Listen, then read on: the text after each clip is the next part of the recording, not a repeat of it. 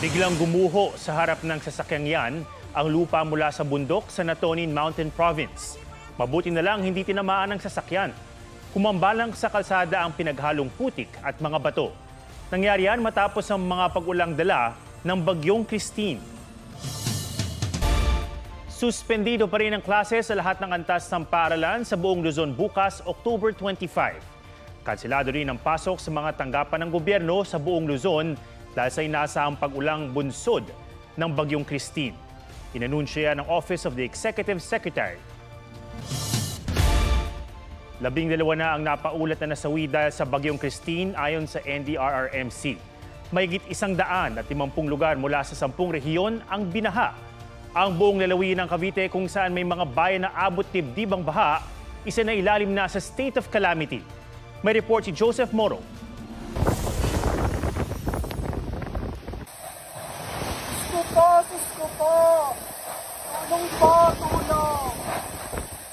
Animoy papel na pinatumba ng hangin ang ilang bahay at puno sa tabing dagat sa Lemery, Batangas. Grabe na po! Tama na po! Sa pilitan ng pinalikas sa mga residente. Sa Bawan, San Pascual Diversion Road na nag-iisang papasok ng Lemery hanggang Baywang ang baha. Kaya ang AUV na ito lumutang at hinila ng mga residente. Pahirapan din ang pagtawid sa ilang kalsada sa Kalatagan dahil sa malakas na pagragasa ng baha na abot Baywang. Sa bayan ng Lian, humambalang ang mga poste ng kuryente at mga puno. Bandang 2:00 ng hapon, 4 na major roads na ng probinsyang hindi na madaanan, pati ang 4 na tulay. Sa Batangas Port, sumadsad sa pier ang 2 barko sa lakas ng alon kagabi. Bago niyan, 1 barko ang tinangay papunta sa Pantalan. Kanselado ang lahat ng biyahe ng mga sasakyang pandagat doon. Sa Lipa City, mahigit 200 pamilyang nakatira malapit sa Taal Lake ang inilikas kasunod ng pagtaas ng tubig sa lawa. Nagkalat din sa lugar ang mga debris at nilipad na bubong ng bahay. Ang problemang baha, sinabayan pa ng brownout sa ilang bayan sa Batangas matapos magtrip ang linya ng kuryente. Wala pang anunsyo ang Batangas Electric Cooperative kung kailan may babalik ang kuryente. Sa Noveleta sa Cavite, halos di na maaninag ang pagitan ng ilog at ng kalsada. Mabilis na umapaw ang Ilang-Ilang River dahil sa malalakas na ulan simula pa kagabi. Mabilis na masambaha sa barangay San Antonio 2 na umabot hanggang dibdib. Sabay ng pag-agos ng baha ang sangkaterbang basura. Ayon sa Cavite PDRMO, nasa 500 pamilya na ang lumikas mula pa kagabi. Isinilalim na sa state of calamity ang buong Cavite. Joseph Morong nagbabalita para sa GMA Integrated News. Kinagupit ng storm surge ang 2 lungsod at 5 bayan sa Pangasinan dahil sa bagyong Christine. Sa Lawag City naman, lumikas ang mga nakatira malapit sa nasirang dike. May live report si JP Soriano. JP?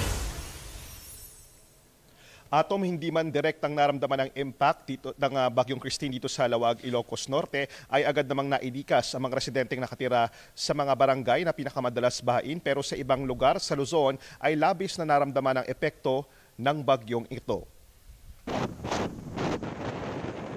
Nakaranas ng storm surge ang Binmaley, Pangasinan. Umabot ang tubig sa Baywalk.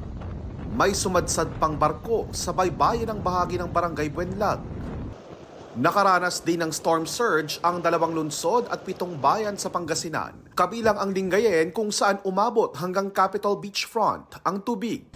May mga natumbaring puno. Ang mga residenteng naapektuhan ng storm surge agad dumikas sa Narciso Sports and Civic Center Gymnasium. Dumikas po kami ng 3:00 kasi po yung bahapit lampas tuhod na po. 97 families, about 357 individuals affected. Sumabay naman sa ulan ang high tide sa Dagupan City na nagdulot ng malawakang pagbaha, kaya may ilang lumikas na. May mga lumikas din sa Lawag City, Ilocos Norte. Sila yung mga nakatira sa tabi ng ilog at nasirang dike noong nagdaang bagyo na hindi pa tapos kumpunahin. Yung dike sira, nag-erode. Kaya malapit yung bahay nila doon. Mahigit 100 individual ang nananatili sa evacuation center. Kasama nila ang ilang inilikas na alaga. Sa Kasiguran, Aurora, kagabi pa nagsimula ang paglikas ng mga residente.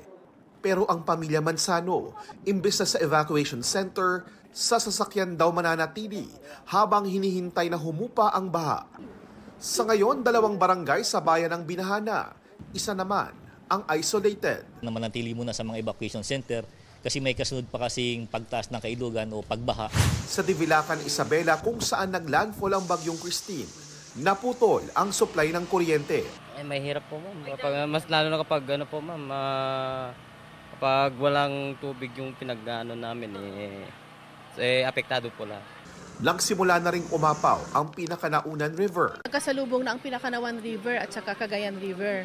So yung low-lying barangays namin, very critical na. Kaya nandito kami ngayon sa evacuation center para magbigay na ng food packs para sa mga evacuees namin.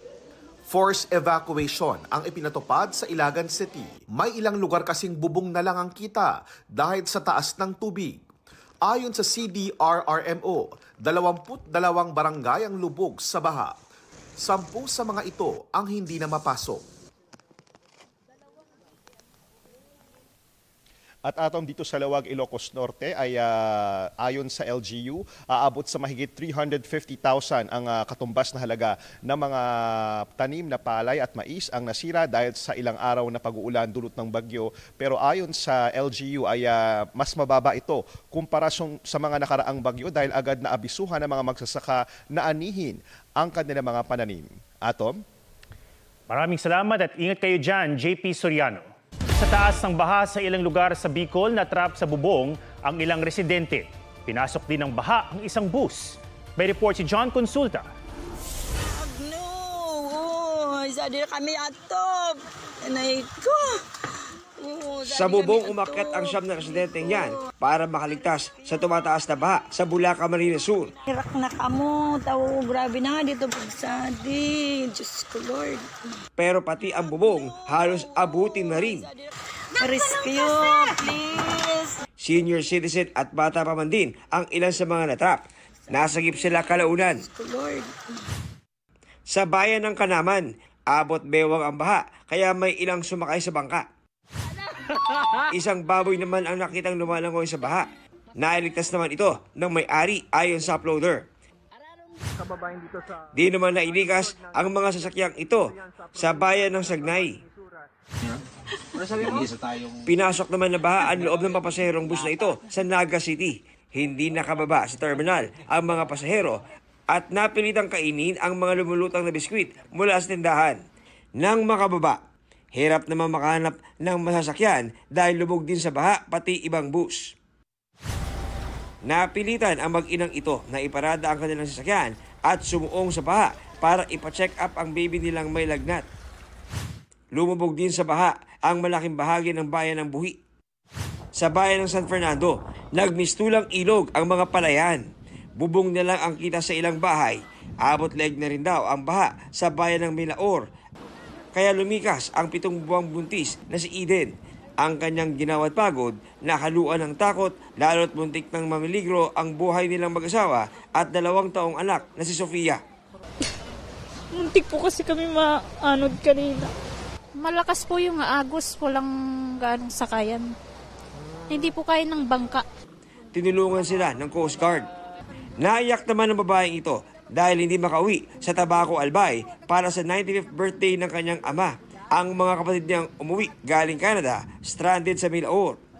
95th birthday po ng Daddy. Happy birthday, Daddy, kahit nandito kami. Sa bayan ng Baao, isinakay ng Coast Guard sa rubber boat ang mahigit 20 residente. Kabilang sa nasagip ang 15 minor de edad.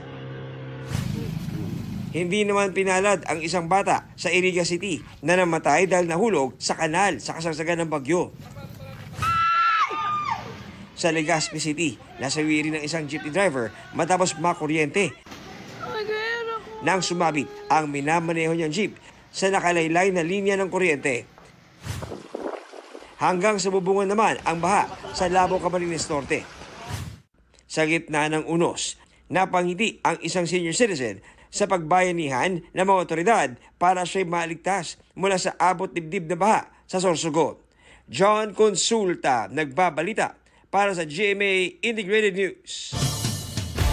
Lumubog ang bangkang may sakay na 10 mangingisda sa dagat na sakop ng Ubando, Bulacan. May live report si Von Aquino. Von? Atom, hindi pa rin natatagpuan ang isa sa 10 mangingisda doon sa lumubog na bangka sa Obando, Bulacan. Katig na lang ang kita sa bangkang lumubog sa dagat na sakop ng Obando, Bulacan. Pabalik na raw ang mga mangingisda sa barangay Binwangan nang hampasin ng malakas na hangin at alon. Isa lang sa 10 mangingisda ang hindi nailigtas. Nakakapit po daw sila dun sa dala po nilang mga styrofoam. Kasi yung ginagawang storage ng isda, yun. Doon po sila daw nakakapit. Yung isa po daw kasing nawawala, inaabutan po daw nila ng floating device.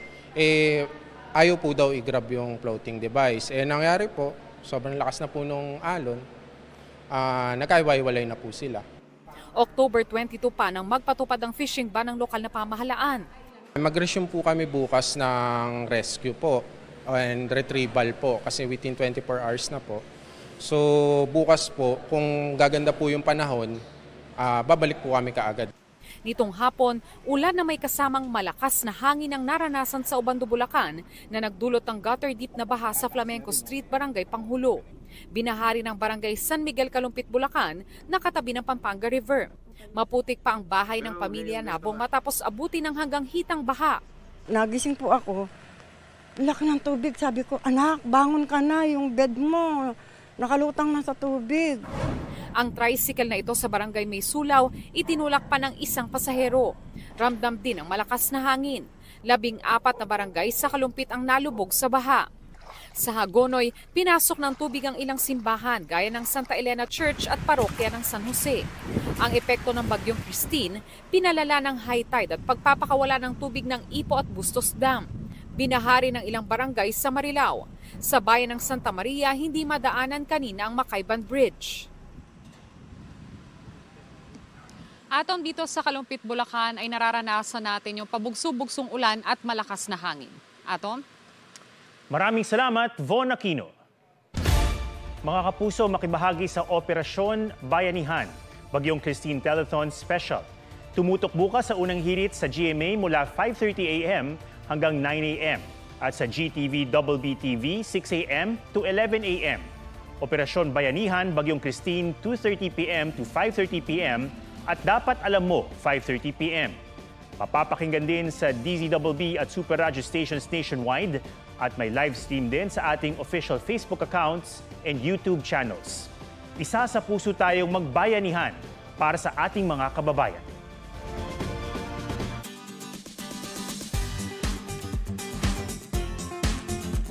Bayanihan, ipinamalas yan ng mga Pilipinong naghandog ng tulong sa mga stranded dahil sa bagyo. Pusuan na yan sa report ni Ian Cruz.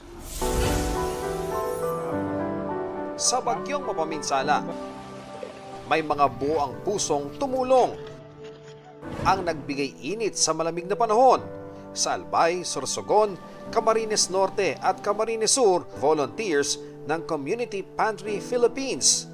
Kasama nila ang iba pang volunteer groups sa pamamahagi ng hot meals. Maging ang mga stranded na motorista may naramdamang kaunting ginhawa. 2 araw, 2 gabi na po kami dito. Milya-milya ang kanilang pasasalamat sa mga Good Samaritan. Para lang makapag-share ng blessing kasi kung just in case kami yung na-stranded, ito rin yung hahanapin namin, pagkain. Sa C5 Road sa Calapan City, Oriental, Mindoro, halos 200 ang hindi umuusad na truck, bus at iba pang sasakyan. Kaya ang grupo nina Marina Net Jeronimo, Pantawid Gutom ang ipinamahagi sa pamamagitan ng kanilang Kitchen on the Go. Simpleng tulong man, ito ang buhay na diwa ng Filipino bayanihan. Ian Cruz nagbabalita para sa GMA Integrated News.